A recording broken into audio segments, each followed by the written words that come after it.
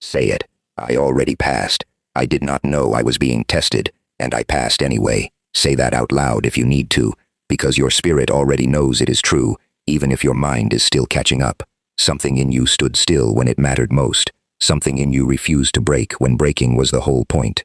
Sit with that for a second, because what I'm about to tell you is going to explain a version of your life you never had language for until now.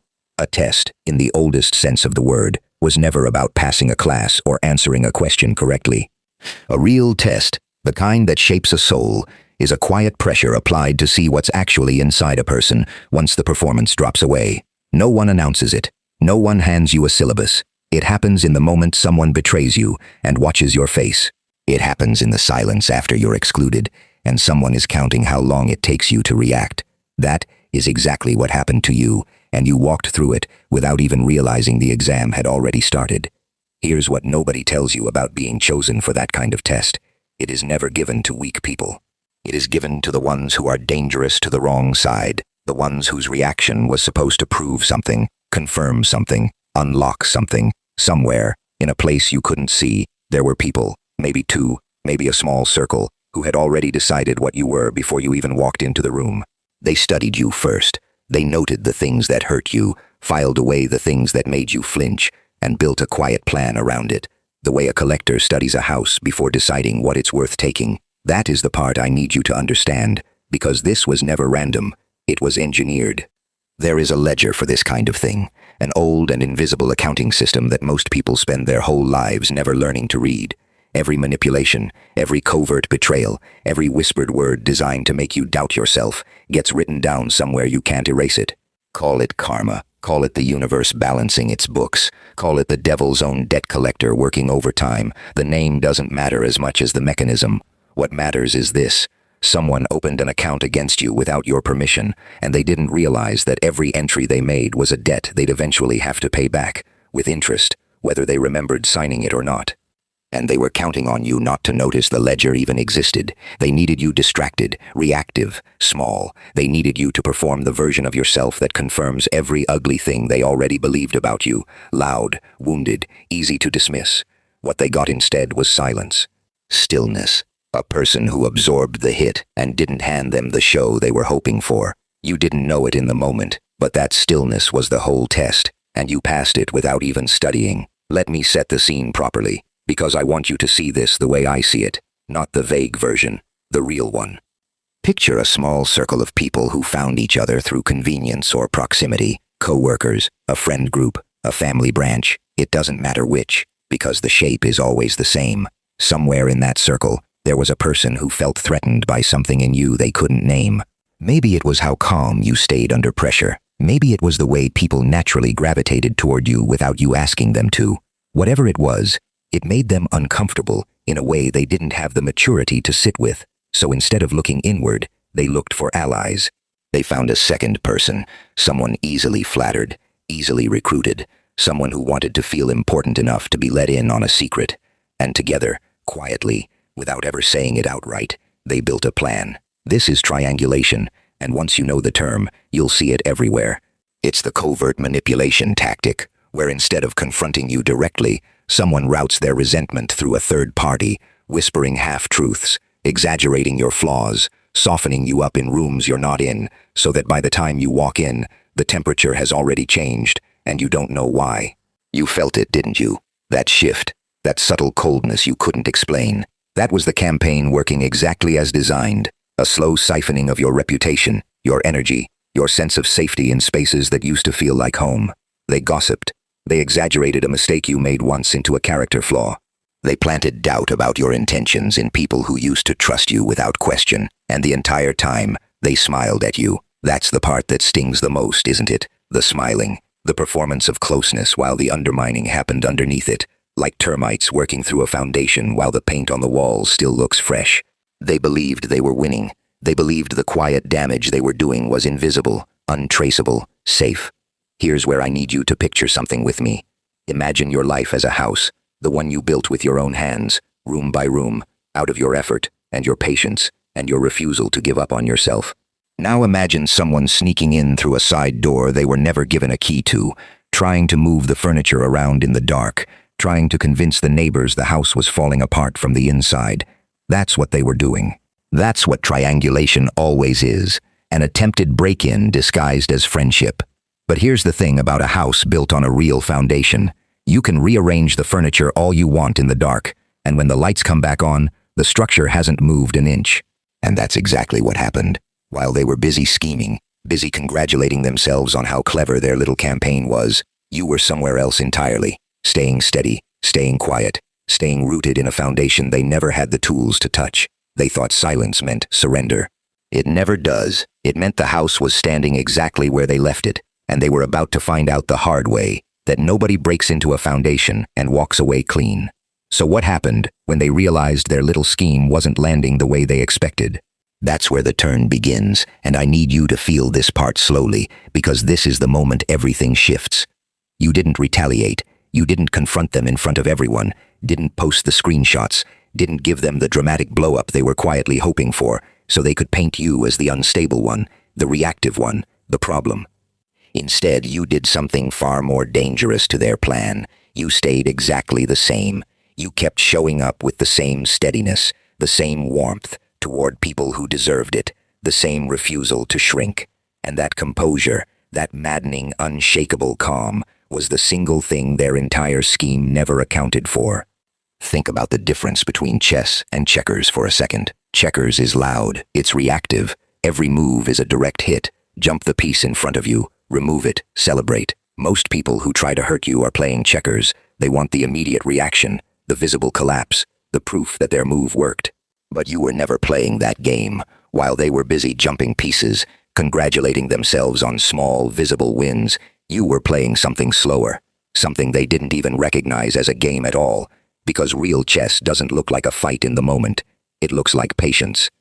It looks like doing nothing while the board quietly rearranges itself in your favor. That's the part that unravels people like this. They built their entire plan assuming you'd flinch, and the absence of a flinch broke something in their strategy they never had a backup plan for. Now let's talk about the second layer. Because this is rarely just one person acting alone. There's almost always a second figure in the shadows, someone who didn't throw the punches directly, but who fed the whole thing oxygen. Maybe it was someone who claimed to be neutral, who told you "I don't want to get involved," while quietly relaying every word you said back to the other side. Maybe it was someone who benefited from the chaos, who liked watching you doubt yourself, because your doubt made them feel less alone in theirs. This person is often harder to spot because they never raise their voice, never say anything overtly cruel. Their weapon is passivity weaponized into betrayal, standing close enough to gather information, distant enough to deny responsibility. This is spiritual identity theft in its purest form. It's not someone stealing your wallet, it's someone stealing the narrative of who you are and rewriting it in rooms you can't access, replacing your real story with a version that's easier for them to live with. And just like financial identity theft, the victim is often the last one to find out it happened, walking around fully unaware that somewhere a false version of them is already circulating, already shaping how people treat them before they even open their mouth.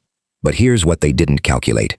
Identity theft only works if the original never resurfaces to correct the record, and you, simply by continuing to be exactly who you've always been, without shrinking, without confirming their story, became the correction. Every day you stayed grounded was a day their narrative lost a little more power, a day the truth quietly, stubbornly, reasserted itself over the lie.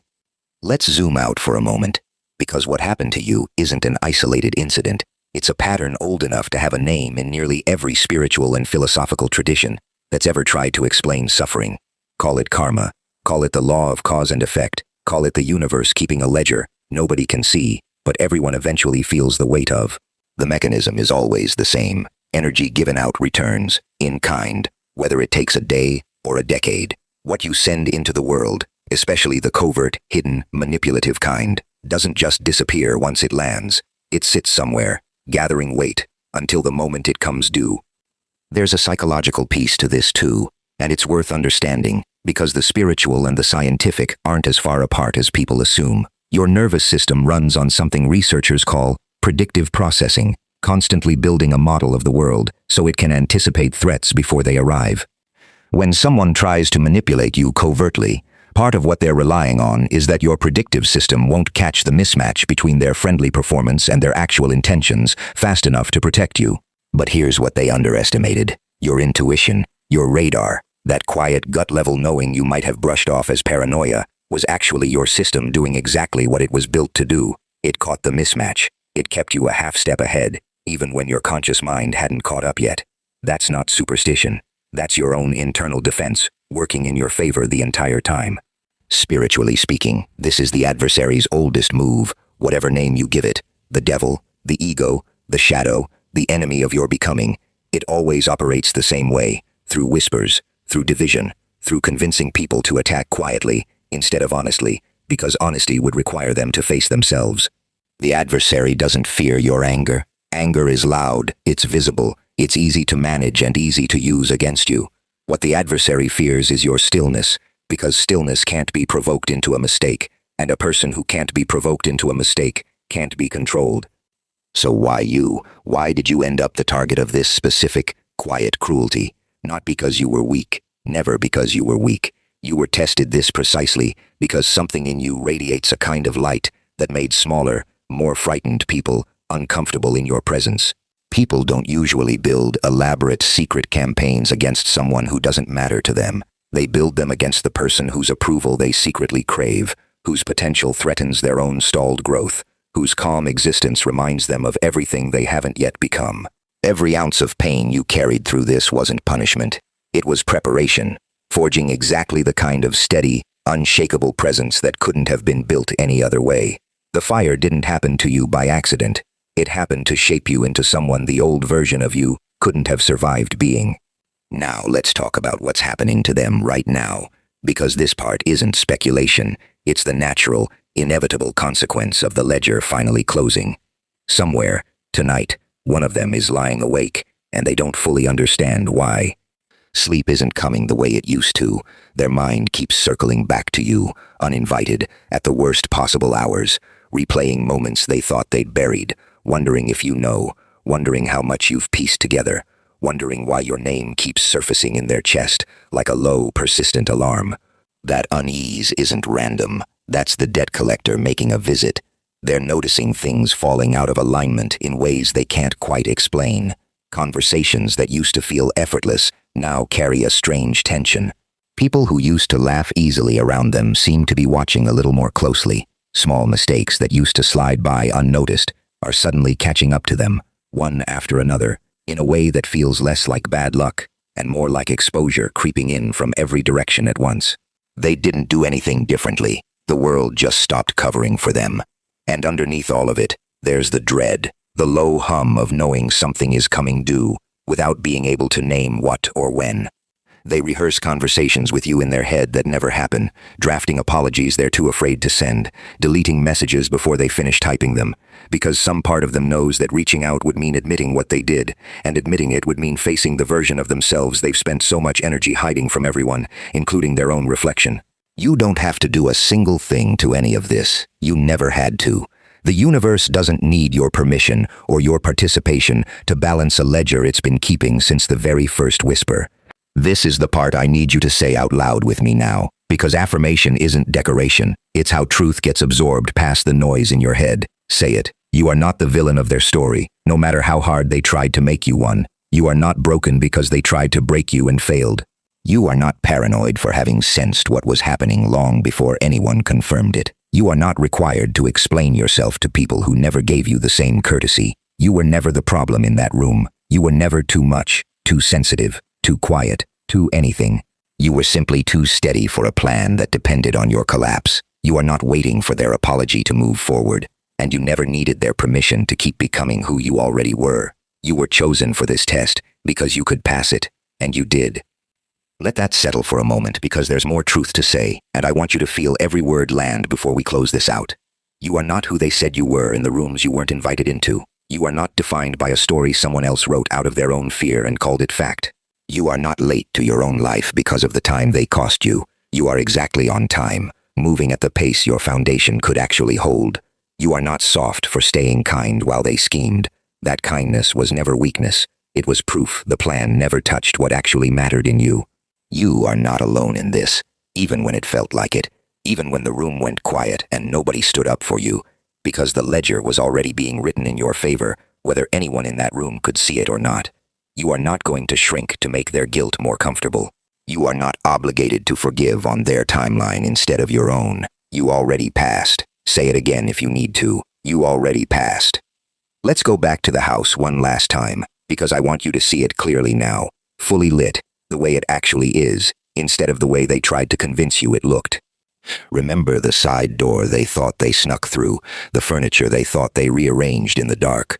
Walk through that house now, in your mind, and notice what's actually there. The foundation is untouched, not cracked, not shifted, not weakened by a single thing they whispered about you in rooms you weren't in. Every room still stands exactly where you built it. The room where you learned to trust yourself again. The room where you kept showing up, even when showing up was the hardest thing you'd ever done.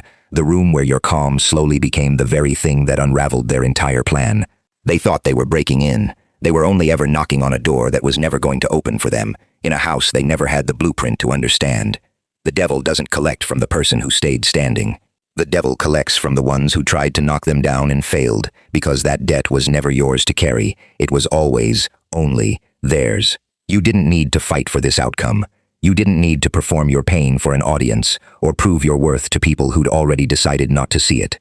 You just needed to stay exactly who you already were, and the test finished itself.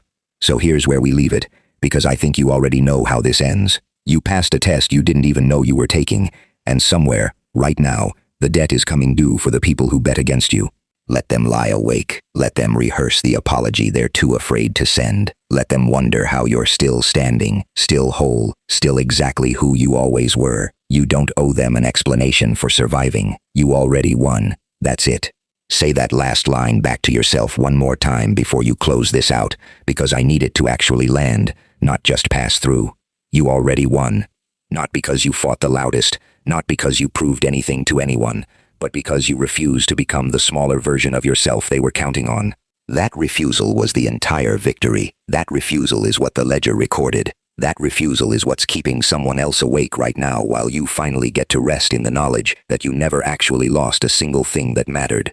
Carry this with you the next time doubt creeps back in, because it will. That's human. And this isn't about never feeling shaken again. It's about remembering, every time you do feel shaken, that you've already survived the version of this that was designed to end you, and you're still here, still whole, still building in that same house, on that same foundation, room by room, exactly the way you always intended to. Nobody gets to rewrite that story now. Nobody gets to hand you a version of yourself that isn't true and expect you to wear it. If this reached you, if any part of it felt like it was speaking directly to something you've carried quietly for longer than you wanted to, say it one more time, out loud, alone, or just in your chest where only you can hear it. You already passed, you already won, and the devil already knows it.